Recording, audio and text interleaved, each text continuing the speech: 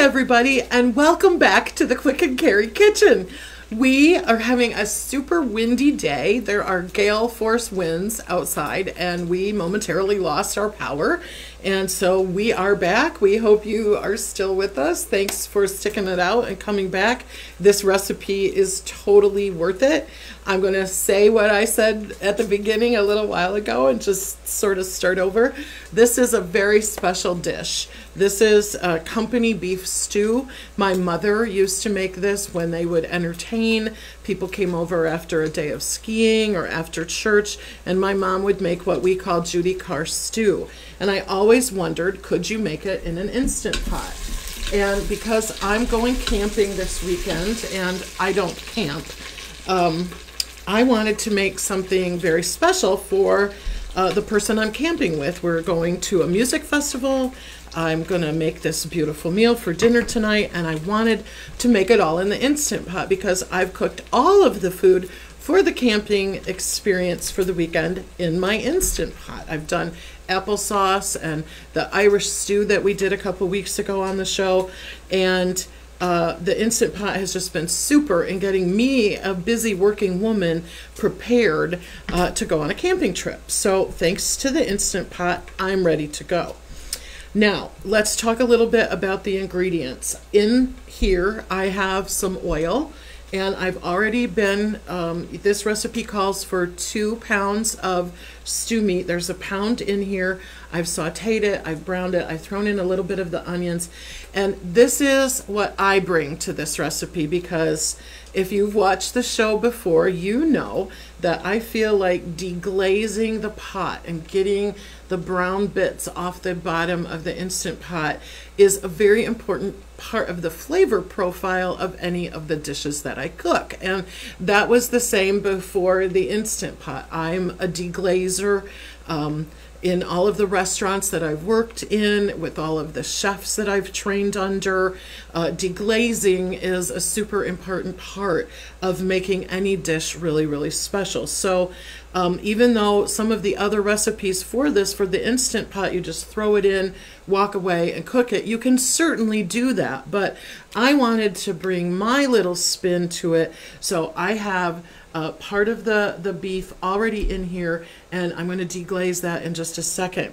I do want to say a hearty thank you to one of our sponsors of the show, Max Bauer Meats here in Traverse City. They've provided this beautiful stew meat for our show today, and we're really appreciative of them for being part of our show.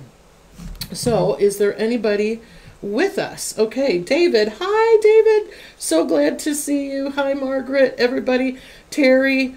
So glad that you're here with us. Thanks, guys, for being patient with our little technical glitch.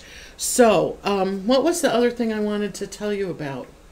Oh, the last couple of weeks, you Quick and Carry friends of the kitchen have just been super wonderful commenters, and we love all of the comments. You talk to me, you talk to each other, you send us questions, you send us concerns, and it's part of why I love doing this show. So thanks, and be sure to send in your questions and your comments, and we always pick from you commenters for our prizes. And so I'm going to give 2 of the Quick and Carry tongs to some of you lucky commenters for today or this weekend. Even those of you who join us later are eligible. Just leave us a comment down below so that we can send you, we'll pick 2 of you, and you'll get a Quick and Carry tongs, which you know are something that I love. All right.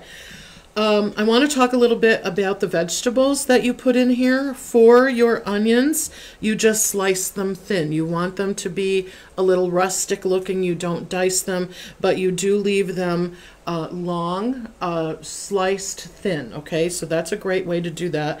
And then with both your celery and your carrots, I hope that you can see that I've cut them on a diagonal, and it just lends a little more elegance to the dish, because once you finish it, and I'll talk about that in a second, the dish looks beautiful. I know you're all pretty far away. We can't wait to have our lunch here in the kitchen because this looks so beautiful, and the rustic French look of all of this just makes it a little bit more special. So you can use this for an elegant dinner and you will love the taste. It's so simple and yet it really looks like you've slaved over the stove. So let's do the deglazing, and I'm going to show you a little bit about that. So I've just got here with me, oh, this is perfect because it's really kind of cooked in there. I wish we were one of those cool cooking shows that had a camera over the top of us. Maybe one of these days we'll do that. I am ready with just a little chicken broth right here. And all I'm going to do is use about a half a cup of it to deglaze the pan. You're probably going to hear it. Awesome. Just a little bit. And then take a tool, a kitchen tool. One of our quick and carry instruments is good. And you're just going to try to get all the browned bits up off the bottom of the pan. And that's for flavor, and it is really doing a good job. It's very brown. The gravy looks great in there. The meat is nicely done and very brown. It smells fantastic. And you want to get all of the browned bits off the bottom of the pot because otherwise it won't come to pressure. So I wish you could all see this beautiful brown gravy that I now have here. It's very fragrant and it's just going to make the final sauce really special. Okay, so now what I'm going to do, I'm going to just throw all the rest of the stuff in. I have my carrots that are cut diagonal, and I have my celery. This is about 4 stalks of celery, 6 carrots, a couple purple, 1 yellow, but mostly orange because I do think it looks better. I'm going to throw in the rest of the onions here. And then I have in my little jar, my little dish here, I have 2 tablespoons of small tapioca. And what I want to make sure you know, I'm using minute tapioca. You just don't want the big pearls of tapioca because they won't break down correctly. I've mixed the tapioca with a tablespoon of sugar. That really does help everything. And 2 teaspoons of salt. So I'm going to pour that in. And then I have a half a cup of tomato juice, just straight tomato juice. And I'm going to pour that over everything. And so you do have only 1 cup of the liquid, and that's what you typically need. You can get away with a little less than that. And now I'm putting the rest of the beef on top of that. There we go. And now I'm going to just stir it all up. And you'll have some of the beef that's not been on the bottom and cooked, and that's okay. You just want to do that to give yourself that extra flavor and that extra deep, really good gravy that starts the dish. Okay, now you're going to take your lid and lock it on correctly on your Instant Pot. And then I have something sort of funny to tell you all. This is the first time that I've ever used a button other than manual. On most Instant Pots, they have a meat or a stew setting, and so I'm going to go up to my meat and stew setting, and I'm going to push it to make sure it knows that's what I want. And it comes on for 35 minutes. Push start, and you're ready to go. I can't believe that after almost 1.5 years of using an Instant Pot, this is the very first time I've used that setting, but it's perfect. 35 minutes is excellent because it's just long enough to really make the meat tender and bring out the flavor profile that you want. After you're done with the 35-minute cook, you want to allow for a 10-minute natural pressure release. And then here comes a really good piece of advice. You can, at that point, just serve it straight from the pot and it will be delicious.